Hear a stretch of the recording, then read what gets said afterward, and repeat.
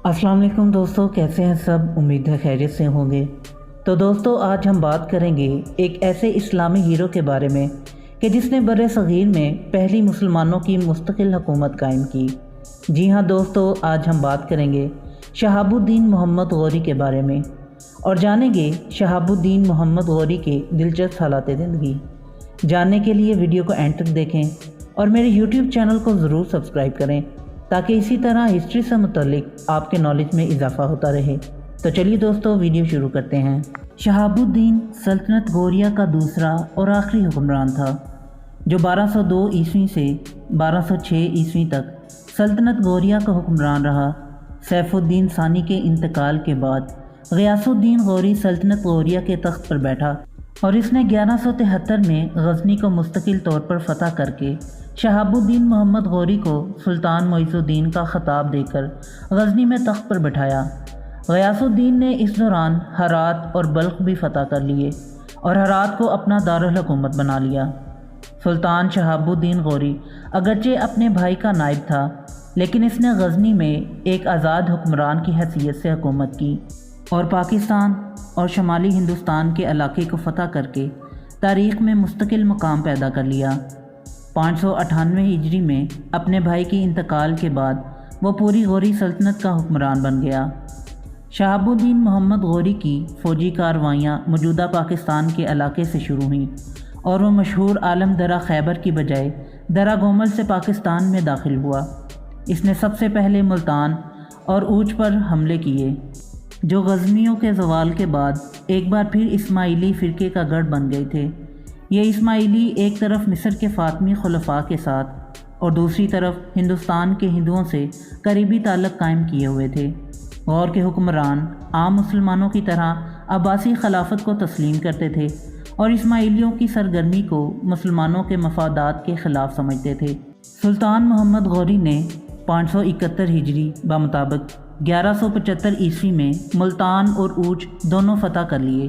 इसके बाद 575 हिजरी बमुताबिक 1179 में मोहम्मद ghori ने पेशावर और 576 हिजरी बमुताबिक 1182 ईस्वी में देबल को फ़तह करके ghori सल्तनत की हदूद को बहिरा अरब के साहिल तक बढ़ा दिया। लाहौर और उसके नवाह का इलाका अभी तक ग़ज़नी ख़ानदान के कब्ज़े में था, जिनकी हुकूमत गज़नी पर हमले के बाद लाहौर मुंतकिल हो गई थी।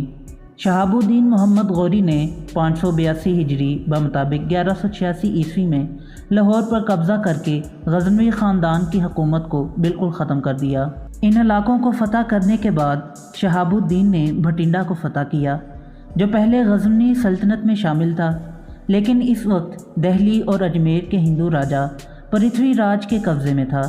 पृथ्वीराज ने जब ये सुना कि शहाबुद्दीन ने भटिंडा फ़तह कर लिया है तो वो एक ज़बरदस्त फ़ौज लेकर, जिसकी तादाद 2 लाख थी, मुसलमानों से लड़ने के लिए निकला।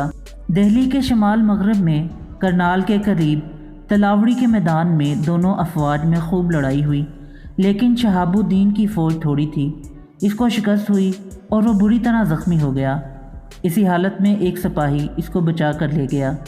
शहाबुद्दीन को इस शिकस्त का इतना रंज हुआ कि 1 साल तक इसने ऐशो आराम की ज़िंदगी नहीं गुजारी। इसके बाद एक बड़ी फ़ौज जिसकी तादाद 1,20,000 थी लेकर पिछली शिकस्त का बदला लेने के लिए दिल्ली की तरफ रवाना हुआ।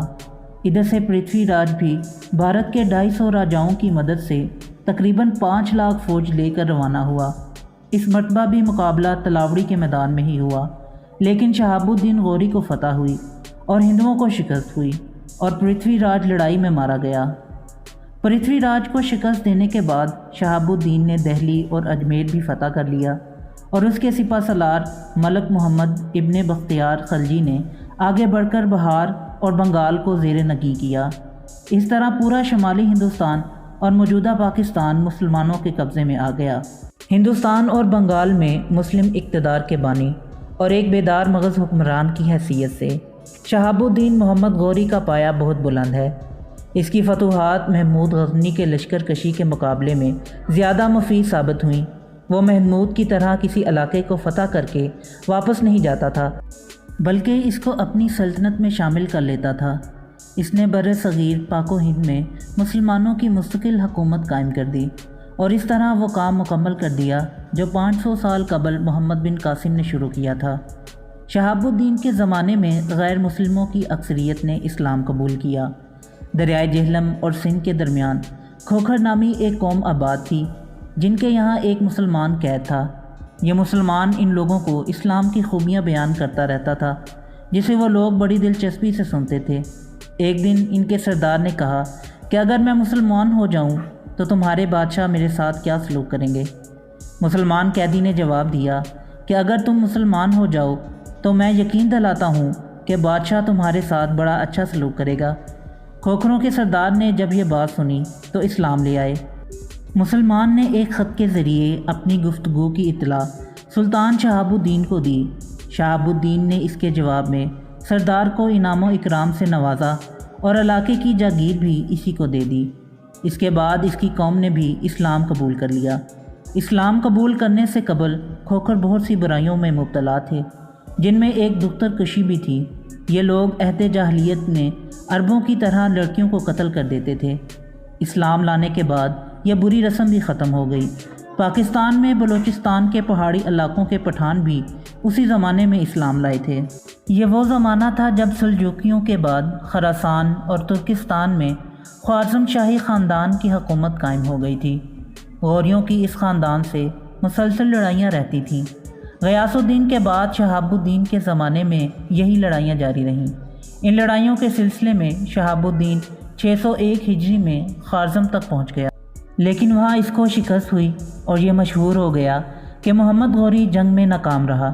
اس خبر کے پھیلنے پر پنجاب کے کھوکھروں نے بغاوت کر دی۔ محمد غوری فوراً پنجاب آیا اور بغاوت فرض کی، لیکن بغاوت فرض کرنے کے بعد جب وہ واپس جا رہا تھا تو دریائے جہلم کے کنارے ایک اسماعیلی فدائی نے حملہ کر کے اسے شہید کر دیا۔ شہاب الدین محمد غوری کی شہادت کے ساتھ غوری خاندان کی حکومت بھی ختم ہو گئی۔ ہرات اور غزنی کے علاقوں پر خوارزم شاہ کی حکومت قائم ہو گئی اور بر صغیر پاک و ہند میں محمد غوری کے وفادار غلام اور دہلی میں سلطان کے نائب قطب الدین ایبک نے ایک مستقل اسلامی حکومت یعنی سلطنت دہلی خاندان غلاماء کے زیر اثر قائم کر لی۔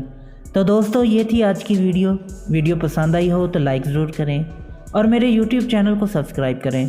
پھر ملتے ہیں ایک نئی ویڈیو کے ساتھ، تب تک کے لیے اجازت دیں۔ اللہ حافظ۔